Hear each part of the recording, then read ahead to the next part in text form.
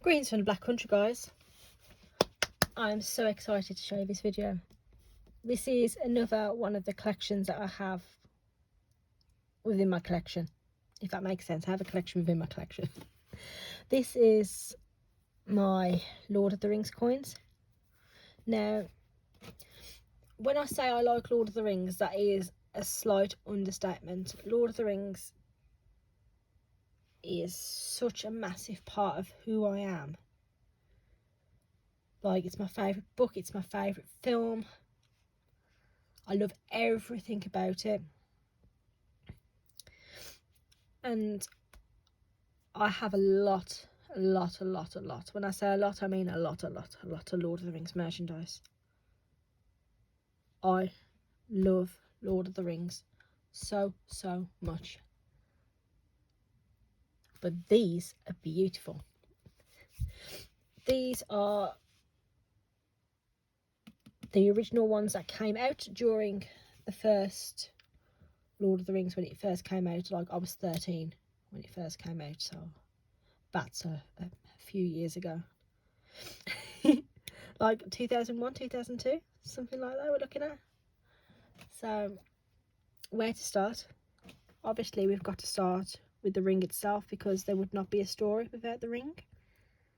So this one is different to the rest of the ones I have here, because this one is, I think it's 14 karat gold plated, this one. But this is the original set that first came out when the films came out. And I always wanted it, but it was so pricey. And I saw them being sold individually on eBay during the first lockdown. And I was adding it up in my head, and I was like, there's no way I could afford to buy them all individually. And so I messaged the guy, and I was like, is there any chance you could do a deal if I buy them all together? And I got a good deal. To be fair, I could have bought them all individually, but it would have cost me an arm and a leg, to be honest. But I got a good deal, so I'm very happy. I'm very happy. So we have the One Ring. Then we have Lord Elrond. And the detailing on the back of these is beautiful. So obviously you've got the Lord of the Rings logo there, and then you've got the One Ring poem that goes around at the back, and what is on the ring. But these are just beautiful. Now this one is going to make it into my favourite coins in my collection video when I actually get around to doing it. But it is the Balrog. Now, the Balrog, I always think the Balrog is such a cute character. He's misunderstood. He's not. He's evil. He's an evil monster. But he's an evil fire demon. Come on. But he's just so cute. And I've always wanted the pet Balrog.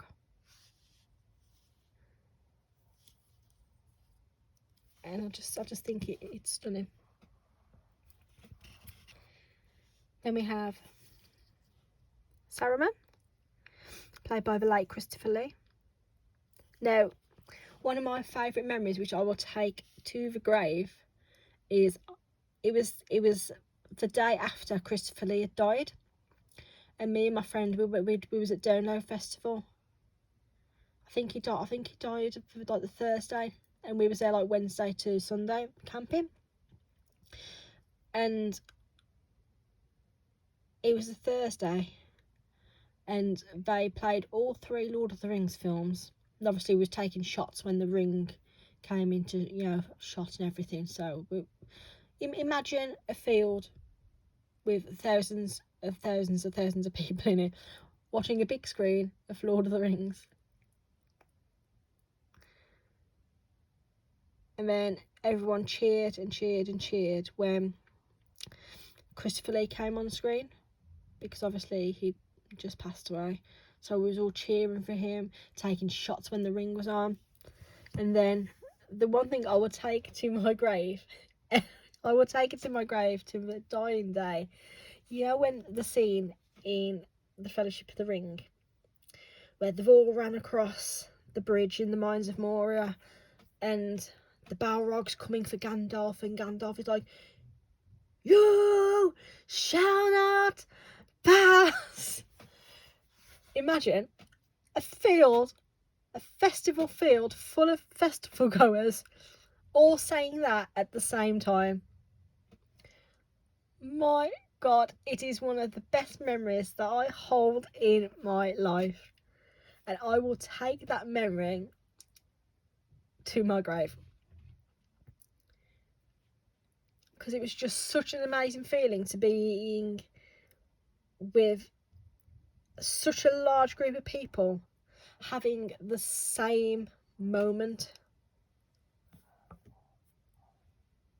Yeah, carry on. We have Pippin, played by the wonderful and very funny Billy Boyd. And wherever Merry goes, Pippin goes. But you can't have Pippin without Merry, who is played by Dominic Monaghan.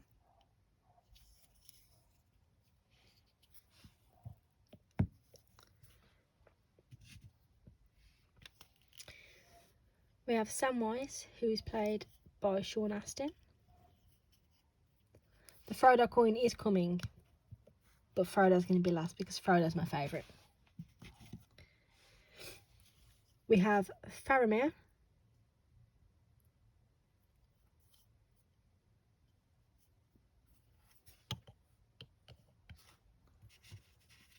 We have the Great Eye.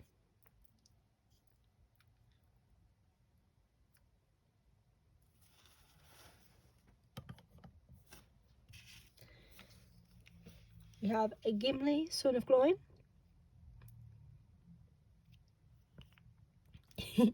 There is some cracking one-liners from Gimli. Nobody tosses a dwarf.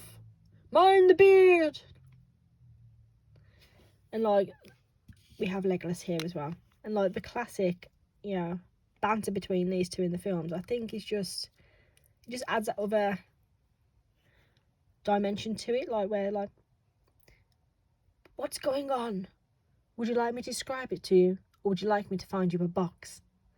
And throughout the film, they're just counting each other's kills. 1, 2, 3 already, Legolas. I'm on 14. And then you've got the classic scene where Legolas runs up the elephant and he's shooting the Eastlings. And then he kills the elephant and just slides down his trunk. Looks at Gimli, and Gimli's just like, that still only counts as one. Oh, yeah. It's just brilliant. Then we have Boromir. Everything that Sean Bean is in, he usually dies. He has got his CV down to a T for death scenes. No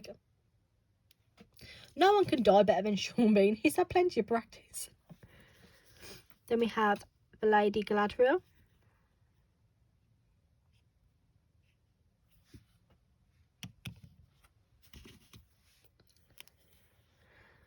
We have Sauron.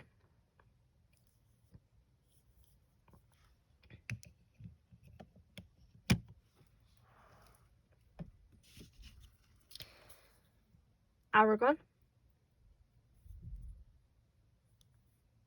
Originally they hadn't cast Viggo Mortensen as Aragorn, but they cast an actor that was far too young for the role.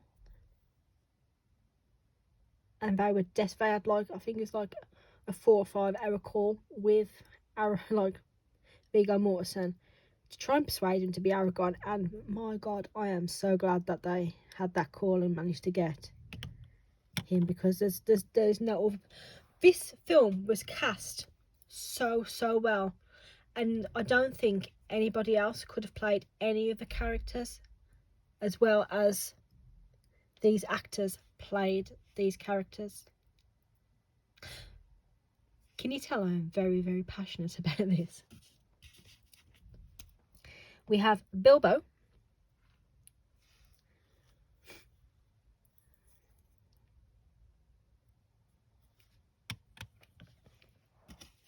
We have Owen.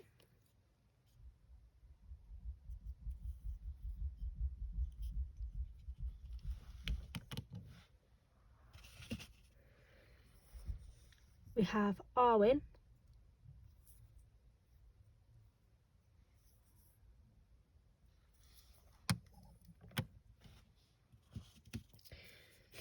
We have the Tree of Gondor.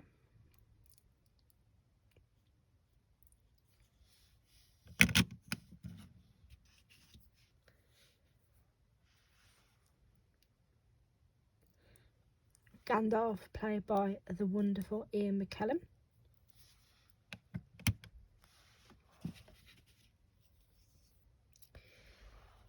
We have the Uruk-hai, with Lurtz representing. That fight scene between Lurtz and Aragorn in the Fellowship of the Ring, after, you know, Lurtz kills Boromir. Such an amazing scene. One of my favourites. We have the Nazgul.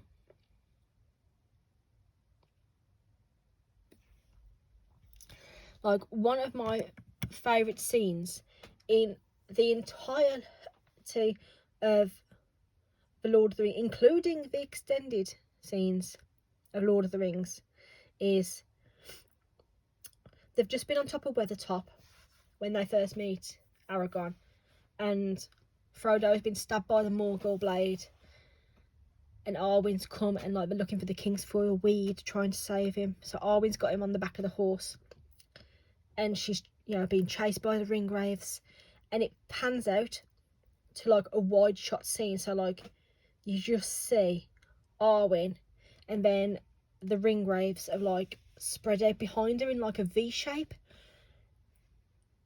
And to this day, ever since I first saw it in the cinema, that has been one of my favourite scenes ever. Like, my mum is sick of me reciting the films as we're sitting and watching them. I mean, I still do it. I can't help myself, it just comes out. But that, like, she's like, your favourite scene's coming, and I'm like, this is my favourite scene. I love it so much. So we're down to the last 2 coins now.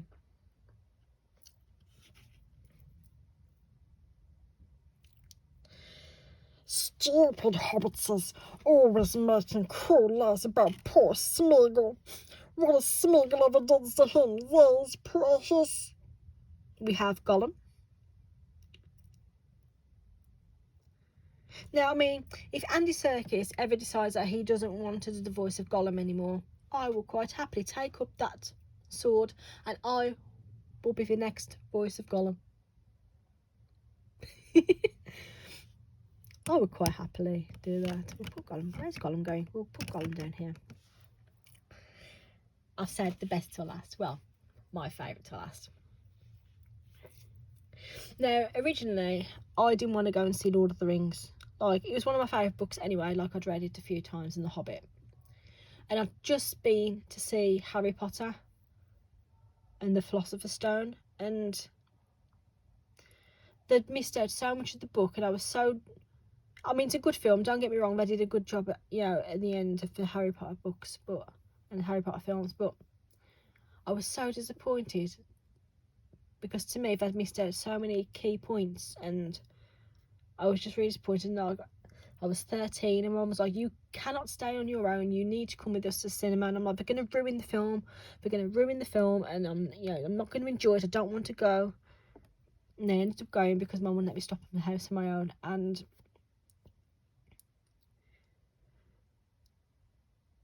I was hooked. It was as soon as I seen Elijah sitting by that tree and he stood up, and ever since then, ever since I was 13, I have been in love with Elijah Wood. One day he will meet me and he will realise, well, it never worked with anybody else because we were meant to be together. That is a joke, by the way. Like, I'm never going to meet Elijah Wood. I would love to meet Elijah Wood, but I was hooked. The film became something else for me. Like it just, I loved it. And as I said, I've got so much merchandise. I've got Lord of the Rings tattoo on my arm. I've got a feather with a silhouette of eagles, with the eagles are coming on my arm. And we have Frodo. Like, I have scrapbooks with Lord of the Rings, newspaper clippings from magazines. My first copy of the first 3 books, well, it's only 3 books, my first 3 copies of the 3 books, they're covered from front to back in any spare page that's not got like the story on, has got newspaper cuttings on, because I love it.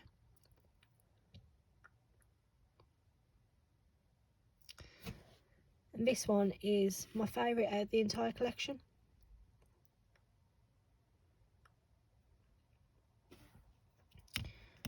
So I hope you enjoyed this, guys, as much as I've enjoyed showing you it, because this is one of my favourite things in the entire world. And when 2 of my favourite things combine, it's just great for me. And I hope you like these. I've got a few more Lord of the Rings coins in my collection, but this is the main. A lot of these are like one of my favourite collections within my collection, and I'm just waffling now. See you soon, guys, for more bits and pieces, more coins, more pressed pennies, more pocket post, more Lord of the Rings. I don't know. I'll see you soon, guys, for more coins. Bye.